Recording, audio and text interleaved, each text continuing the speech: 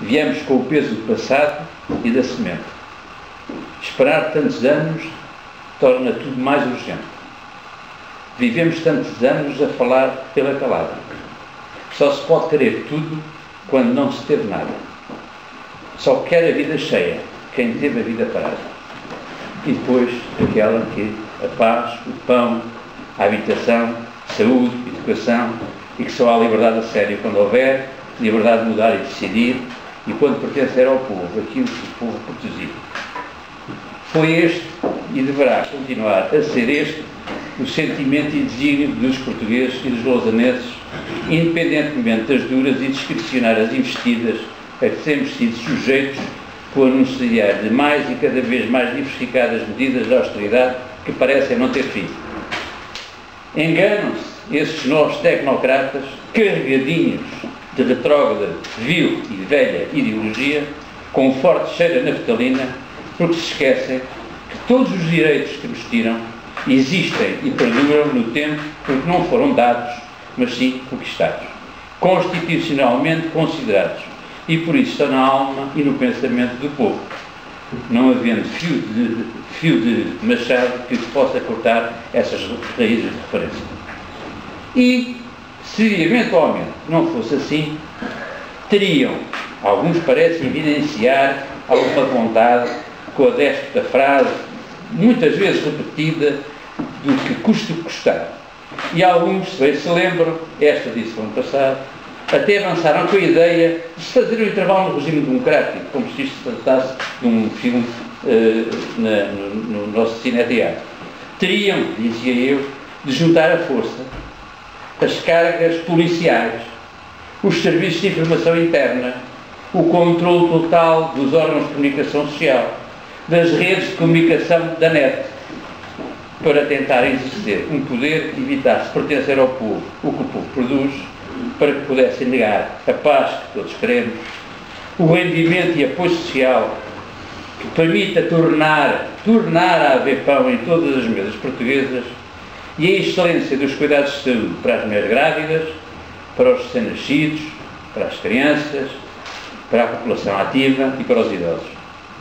Anuncia-se que acabou aquela ideia retrógrada dos direitos adquiridos. Ora bem, esses direitos são sociais e não privilégios.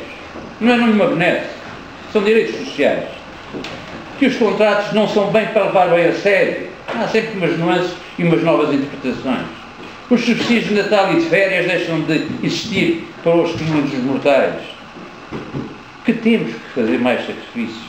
Mas queria-vos ler, desculpem, termos de tomar esse tempo, mas tenho que ler um despacho que não foi feito por nenhum dos aqui presentes, que é o despacho que eu vou dizer, número 15.296 de 2011, publicado no Diário da República 217, a segunda série, de 11 de novembro de 2011, que diz: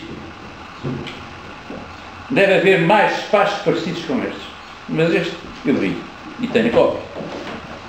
Nos termos e ao abrigo do artigo 11º do Decreto-Lei número 262/88 de 23 de julho, no meio funcionário fulano, não defino quem é a pessoa, porque não seria delicado, para exercer funções de assessoria no meu gabinete, em regime de comissão de serviço, através do acordo de cedência de interesse público, oferindo como remuneração mensal, pelo serviço de origem, até devida, em razão da categoria que detém, acrescida de 2.000 euros por mês.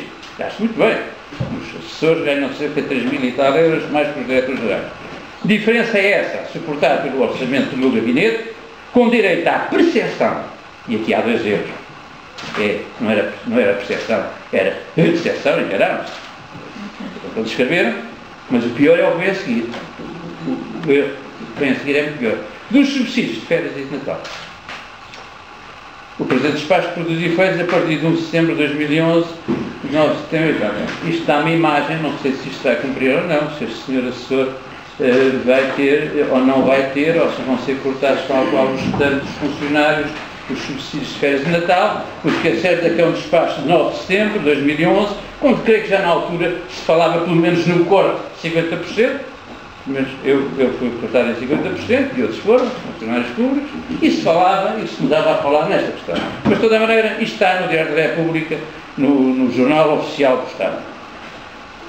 Criam-se taxas de segurança alimentar, agravando por consequência o preço dos bens e dando a falsa ideia de que anteriormente a ASAI estaria imobilizada, porque não estava nada imobilizada, porque era de facto uma coisa intratável, mas no bom sentido, obviamente, e no sentido da segurança dos serviços prestados pela indústria hoteleira, e não só, obviamente, mas que funcionava, e toda a gente sabe que funcionava, mas de toda a maneira uma taxa de segurança alimentar que vai se traduzir no aumento dos bens. Facilita-se com técnicas de zigue-zague, de dias e cálculo das suas médias, de forma a tornar o despedimento mais fácil e mais barato. Plafonam-se reformas de forma incauta e precipitada e recua-se da decisão, da assimilável ideia de desnorte. Tem aqueles, os que ainda podem, pensar em diversificar os sistemas familiares de segurança social e saúde, e os que não podem. Veremos como vai ser a resiliência do nosso Serviço Nacional de Saúde e da Segurança Social. Os idosos e doentes têm de se deslocar totalmente a expensas próprias aos centros de saúde e hospitais, com a evidente diminuição das consultas, medicação e riscos para a própria vida. Isto tem vida pública por causa do drama que é criado pela não prestação de serviços dos próprios bombeiros deste país. Isto é outro assunto que não está aqui a chamar, nem vou referir. Temos de percorrer este caminho porque não são definidas outras alternativas senão esta, de sermos sufocados por uma Europa que deveria ser supostamente solidária, mas que se tem revelado incapaz e permanentemente subserviente ao poder, ao tal grande despoder, decisão, neste caso, mais focalizado na Alemanha e companhia.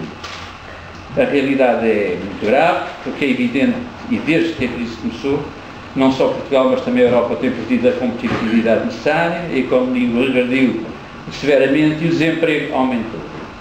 Neste quadro, que é comprovadamente suicidário, há que começar a dar prioridade ao crescimento da economia, o que terá reflexos positivos no emprego. Fomos, na segunda-feira, surpreendidos pela situação na Holanda. Também, afinal, lá existe crise. As dívidas das famílias, pasme-se, é das mais elevadas da zona euro. Eu não sabia. Fiquei surpreendido. E a Holanda está agora mais perto daqueles países que queria ela própria ver fora do euro. Isto está engraçado, porque é verdade hoje, amanhã é mentira. Portanto, mais perigoso é este movimento que atravessamos. Assistimos ao desaparecimento da classe média, com uma forte contração da procura, aparecimento dos agora chamados novos pobres atingidos violentamente por desemprego e diminuição drástica de rendimentos, e a dramática incapacidade, que já foi dado conta por Isabel Junot, sobre a capacidade, dizia eu, dos atuais bancos alimentares darem resposta às múltiplas solicitações a que diariamente são sujeitos. E admira-me como é que não houve nenhum eliminado com a capacidade de antecipação e capacidade de prever a necessidade de criar um plano de emergência para o efeito.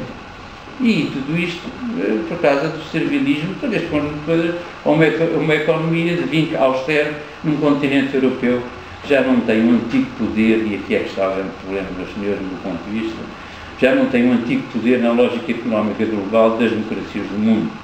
A Europa parece estar, em verdade, por um caminho orgulhosamente só, e com uma total fraqueza interna provocada pela falta do exercício democrático dos países da comunidade. Está velha e teimosa, não tem poder nenhum. Parece que ignora que já não há o designado eurocentrismo, onde ela pontificava e onde antes tudo se decidia. Hoje não é nada assim. A Europa já não é o Ocidente. O Ocidente, se calhar, é a Ásia, como alguém dizia no outro dia. Vamos ver onde vamos bater no fim deste caminho, que objetivamente, e para nosso grande risco, não depende em exclusivo de Portugal.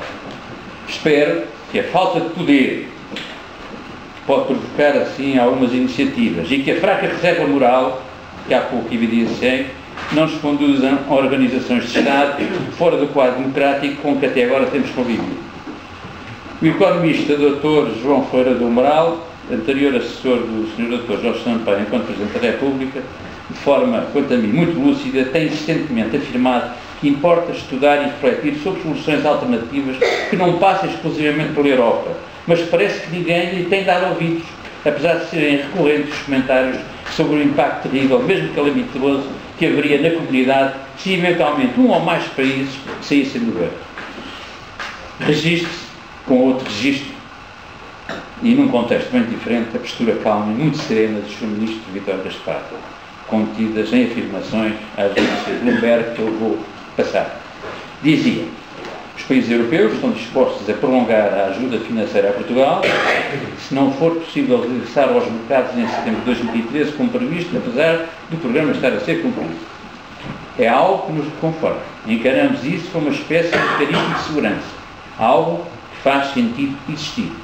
Embora, obviamente, não seja por causa de termos um seguro automóvel que nos vamos transformar num automobilista imprudente. Para cá, uma excelente imagem. O Sr. Ministro Vítor Gaspar também declarou que o processo de reconquistar o acesso aos mercados é um processo gradual, observando que estas coisas demoram tempo. A acumulação de confiança e credibilidade é lenta. Os portugueses demonstram capacidade de sacrifício e têm respondido positivamente. Tem toda a razão. A credibilidade para ser ganha requer tempo e demora. Mas o descrédito interno, a desconfiança, totalmente a desconfiança, tem um comportamento inverso. Perde-se no ápice. E parece que o mesmo Sr. Ministro não tem a mínima noção de que a corda que liga o governo aos portugueses já está esticada ao limite.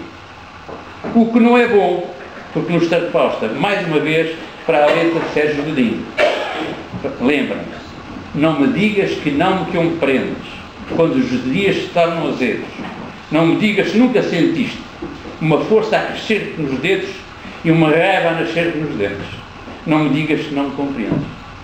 Neste caso, será que o Governo ainda não compreendeu, apesar de avisar até pelo próprio FMI, que para além da imprescindível austeridade, a tolerância e a submissão têm limites e que a par da austeridade são necessárias as reformas estruturais que não passam apenas pela alienação de setores estratégicos do Estado para os privados, mas recuperar práticas que promovam a equidade das decisões, incrementar uma melhor e racional organização da administração local e central, iniciar com consistência, há muita consistência, mas iniciar com consistência a promoção da economia, estimular a confiança que é determinante nestes processos, estimular a procura interna e não fomentar a recessão e retração que vivemos.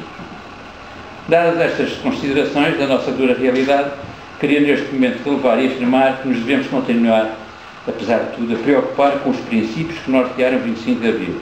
Termos muita proximidade e comunicação entre nós, sermos solidários nos propósitos, ter a verdade como suporte das nossas decisões e dar o exemplo à sociedade que nos elegeu.